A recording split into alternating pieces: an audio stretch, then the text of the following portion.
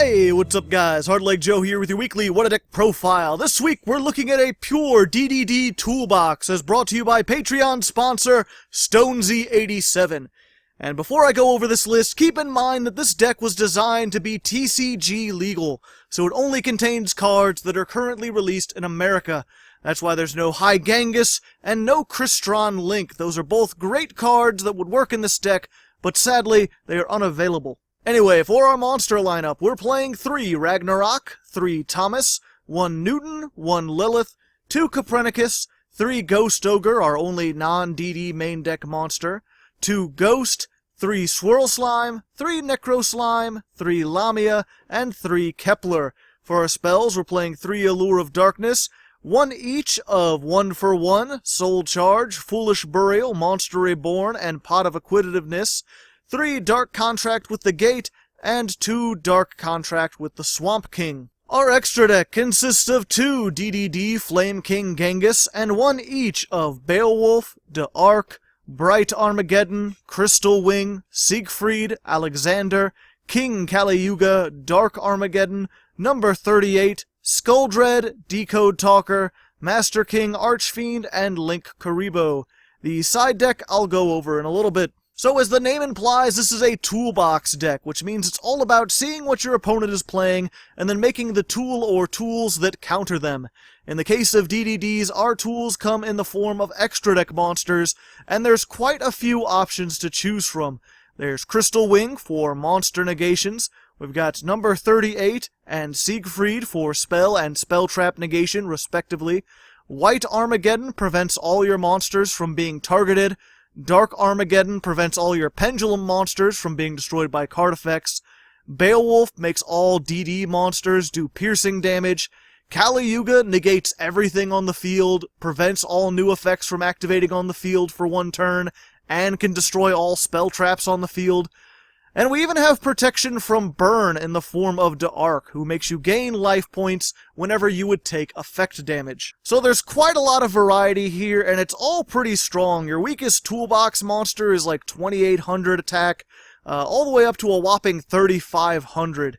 And then we've also got some Link monsters. These aren't really part of your toolbox, they're just here to enable your plays, and we've basically just got one of every level. We've got a Link 4, 3, 2, and 1.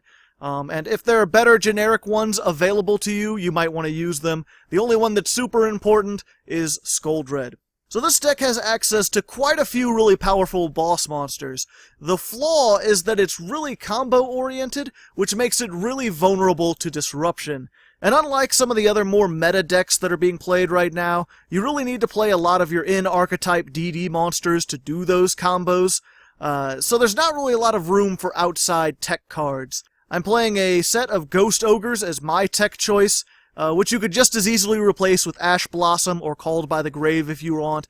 But really, this is only your tech slot, aside from maybe your one-ofs like Monster Reborn and Soul Charge, but I'm not sure if those are really worth getting rid of with how powerful they are. Regardless, my point is, unlike most toolbox decks, you really want to go first with this thing so that you're less likely to get disrupted. Which means in duel number 1, you're really going to have to toolbox blind. If you can make both spell trap and monster negation, you'll be pretty safe, but most of the time, unless you get like a perfect hand, you're going to have to pick between the two without very much information to go off of. This is really a deck that opens up in matches where you can go into duels 2 and 3, knowing what your opponent has and countering them from turn 1. So when it comes to actually playing this thing, since you want to go first, and since there's honestly just too many tools for me to go over every combo and every play you can make, I'm just going to focus on the one main combo that you'll always want to do going first, which is to make Skulldread. And then once I explain that, I'll quickly go over the rest of these cards and explain their general role in the deck. But Skulldread, this is your main play enabler, and this deck can make it fairly consistently. If you're unfamiliar with it, it's a Link 4, which has to be made with monsters that have different names, and if you use 4 monsters to make it, it gains the following effects. First, a monster summoned to a zone this card points to gains 300 attack and defense. Second, once per turn, you can special summon 1 monster from your hand. And third, when this card is Link summoned, you can draw 4 cards, and then place 3 cards from your hand on the bottom of your deck in any order. All of these effects are great, especially that last one. Effectively drawing one card is good in pretty much any deck, but with DDDs in particular, it's almost essential. Most of your monsters are hard once per turn effects, so being able to shuffle extra copies into the deck and replace them with new cards can mean the difference between a dead hand and a live one. Of course, the special summoning from the hand is also really helpful. This is combo-oriented, and it lets you extend those combos. And even the attack boost helps quite a bit. We've got a lot of monsters that are right on that 2800 attack line, and bumping them up past 3000 can make them that much more difficult to deal with. So to make this thing, there's several ways you can do it first turn. The most basic combo involves 4 monsters, consisting of 1 Swirl Slime, 1 other monster that can be normal summoned, and any other 2 DD monsters with different names. Swirl Slime, if it's in your hand, allows you to fusion summon any of your DDD monsters using itself and another material in your hand. So step 1, send Swirl Slime and any other monster to make DDD Flame King Genghis. Genghis's main effect is that if a DD monster is special summoned to the field, it special summons a DD monster from your graveyard. Now, Swirl Slime has a second effect while it's in the graveyard. It allows you to banish it to special summon a DD monster from your hand. So step 2, you'll use that effect, banish this, and special summon whatever your other DD is from your hand. That will trigger Genghis's effect, which will summon the other monster from your graveyard, the one you used as fusion material originally. So that'll give you 3 monsters, the one you summoned from your hand, the one from the graveyard, plus Genghis. So step 3 is just to normal summon that 4th monster from your hand. This will give you the 4 monsters you need to make Skuldred, which will end you with 3 linked zones, 2 cards in hand, and the ability to special summon 1 monster from your hand with Skuldred's effect. From there, it'll be up to whatever you have in hand and grave to determine how much you can make. 2 cards may not seem like much, but with how the deck is set up, the process of doing this combo opens up a lot of plays for you. For example, Necro Slime. If this card is in the graveyard, you could fusion summon a DDD monster by banishing the materials from the graveyard, including this card. Using Necro Slime in the Skuldred combo will get you this and Genghis in the graveyard, allowing you to fusion summon any of your fusion monsters once you have Skuldred out. We also have Lamia, which is a level 1 tuner that says if it's in your hand or graveyard, you can send a DD or a Dark Contract from your hand or face up on the field to the grave and special summon it, but it's banished when it leaves the field. Just like with the Necro Slime, using this to make your Skuldred combo will put it in the graveyard, allowing you to easily return it to the field to make your Synchro summons. Now, even if you don't have either of these 2 in your opening hand, there's also Copernicus, whose monster effect says that when it's normal or special summoned, you can send a DD or a Dark Contract from your deck to the grave, except a copy of itself. So whether you normal summon this in the combo, or use it as the fusion material, and then have Genghis summon it back out, you'll get the effect, allowing you to dump either your Necro Slime or your Lamia. In addition, there's also Kepler, which, when it's normal or special summoned, allows you to add a Dark Contract from your deck to your hand. We have 2 Dark Contracts, which are both continuous spells that inflict 1000 damage to you during each of your standby phases, and each have a once per turn effect. Contract with the Gate is our Searcher. It lets you add any DD monster from your deck to your hand, and Contract with the Swamp King lets you fusion summon using materials from your hand, field, or in your graveyard by banishing them. Again, this all works perfectly with your Skuldred combo. If you don't already have a Swirl Slime, you can normal summon Kepler, get your Gate, use Gate to get Swirl Slime, and then when you do your combo, you'll already have your normal summoned monster on board for the Skuldred. Alternatively, if you open up with Contract of the Swamp King and a bunch of DD monsters, but you don't get Kepler and you don't get Swirl Slime, you can actually still make your way into Skuldred if you have Ragnarok.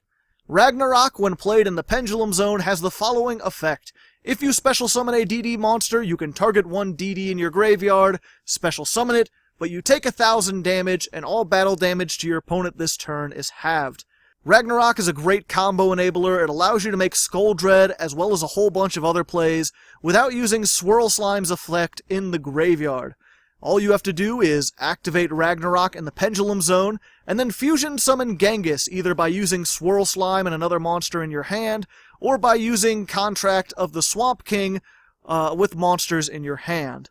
However you do it, you'll have 2 DD monsters in the grave. When Genghis is summoned, Ragnarok's Pendulum effect will activate, summoning one of those monsters from the grave, and then when it's summoned, that will trigger Genghis, summoning the other monster from the grave, meaning all you have to do is normal summon, and then you'll have your 4 monsters. Now if you do the play this way with Ragnarok in the Pendulum Scale, then once you get your Skull Dread out, it's helpful if you can get Savant Thomas.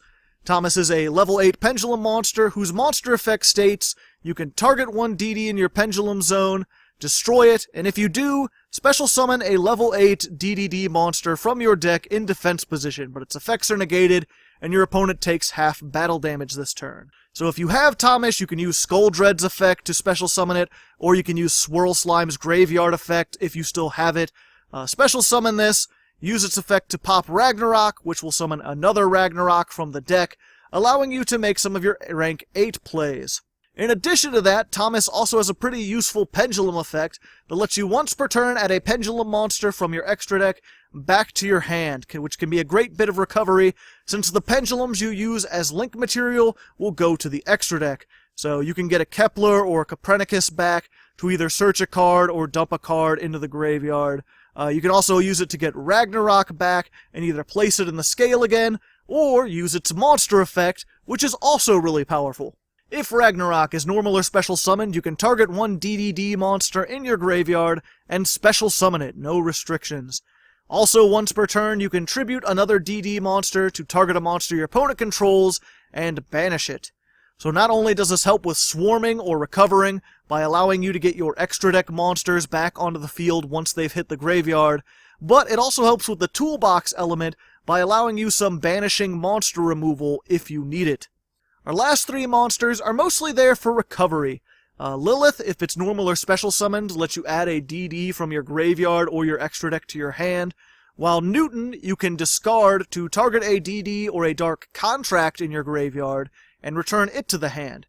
These are both pretty similar, so much so that honestly you could just pick one and play 2 copies of it if you want, but I couldn't decide between the 2, and I kind of like the diversity. Lilith recovers from 2 places, but needs to be summoned, while Newton can only recover from the graveyard, but you can just discard it, you don't have to waste a summon on it. Newton also has a really high Pendulum scale of 10, which can occasionally be useful since activating it along with any of your other Pendulum monsters except for Kepler will let you Pendulum summon out both of your level 8 monsters, which are also Pendulums, so you can get them back out of the extra deck. I guess I should mention that Kepler is also a 10 scale, but you usually don't want to activate it there, both because it's a really powerful normal summon effect that you'd usually rather get, but also because its scale has this effect that it goes down by 2 every turn, and destroys all non-DD monsters that have a level higher than its scale. So it can be useful for 1 turn, but after that it becomes useless in the deck for a while, until eventually it gets back down to 1, and then you might be able to Pendulum summon some of your lower scale monsters again, but yeah, avoid putting it in the scales if possible. But anyway, that just leaves us with DD Ghost, which is useful for a couple of different things. It's a level 2 tuner, which allows you to make your DD synchros pretty well, especially this really high Bright Armageddon. But it also has 2 effects. First, when it's sent to the graveyard, you could target one DD or Dark Contract in your graveyard, except a copy of itself, and send another copy of that from your deck to the grave, which can be really useful for your Slimes or your Lamia. Since Ghost is one of the few DD monster effects that isn't once per turn, in the course of doing your Skull Dread combos, you could easily get 3 copies of either of your Slimes into the graveyard, or 2 copies of each, or just an extra Lamia. None of which will help you immediately, since those are all once per turn effects, but it thins your deck out, and it sets you up for making really big plays next turn if your opponent happens to break your board. Ghost's other effect is if it's banished, you could target one DD card other than itself that is banished, and put it back into the graveyard, which allows you to recycle your Slimes and your Lamias, which all banish themselves after they use their effect. Necro Slime in particular is a great combo with this card. You can use Necro's effect to banish itself and Ghost, and then Ghost will immediately put Necro Slime back into the graveyard for next turn. Likewise, there's some synergy with Allure of Darkness, draw 2 cards, banish a dark monster from your hand. This will allow you to draw 2, banish Ghost, and then recover an additional resource in your graveyard. Or since everything else in the deck is dark, you can activate Allure, banish something, and then later on you'll be able to recover it back into the graveyard with Ghost. And that's pretty much the deck. Everything else in here is just generic one-ofs, just really powerful stuff whose role should be obvious. Pot of Acquisitiveness is probably the least powerful of these, but I really like it in the deck because it's really easy to banish 3 cards in the course of your opening combos, and this will let you recover those while getting a draw. If you're going into side decking though, or if you have a preferred one-of, this and Ghost Ogre are probably the things you want to replace, or maybe just these one-ofs in general, depending on what you're going up against. Speaking of side decking, most of what's in here is actually what I'd recommend playing. 3 Twin Twisters for heavy spell trap decks, since we like stuff in the graveyard, so the discard cost isn't really a big deal. 1 Dark Contract of the Witch, which is a continuous trap, lets you discard any DD or Dark Contract once per turn to target a card on the field and destroy it. You only need to play 1 since it's searchable with your Kepler. And like Twin Twisters, it's just another card that lets you discard to destroy. I find it works better if you have to go second since it's a trap, and it can be helpful against more rogue decks like Banish Troll or Barrier Statues, where you can pop the monsters during your opponent's turn and prevent that Eater of Millions, for instance, from getting your monster banished. Likewise, that's why we have Dark Hole and Raigeki. Since this is a go-first kind of deck, you don't really want these in your hand, but if you're going second, these can be really useful for clearing the field for an OTK, or just outing a negation that your opponent has. Vermilion Dragon Mech, kind of the same way. It's another monster that has some removal to it. It lets you banish any tuner from your hand, field, or graveyard to pop a card, which again works really well with your DD Ghost. Beals, meanwhile, is just a really strong card that you can make pretty easily in this deck because all your tuners are dark. But it's only really good in certain matchups, like Dark Magicians will get rid of this thing really easily, while decks like True Draco can have some tough time getting over this. So side it in as needed, probably take out your Bright Armageddon. And finally, for our actual extra deck, there's 3 copies of DDD Rebel King Leonidas, which is specifically for the Trickstar matchup. May not be the most meta deck, but it can be a real hassle for DDDs, since Trickstars often play a lot of hand traps, and they have a lot of burn effects that can really add up with our burn effects. Both of our contracts burn and Ragnarok burns, and this can help against this. Its monster effect says that if you take effect damage, you can special summon this. If you do, gain life points equal to the damage you took. Also, while this card is on the field, you take no effect damage. So if you draw this, even going second, it's an immediate counter that you can just special summon in the standby phase, completely shut down Trickstar's strategy. Plus it's a 2600 beater, it's a level 7, so you can make your synchros with it. It's just a good card overall. The remaining things in here aren't what I'd actually consider side decking, more like other options that I would consider. Since this deck has a bunch of pendulums in it, you can take advantage of the same combos that a lot of other pendulum decks do.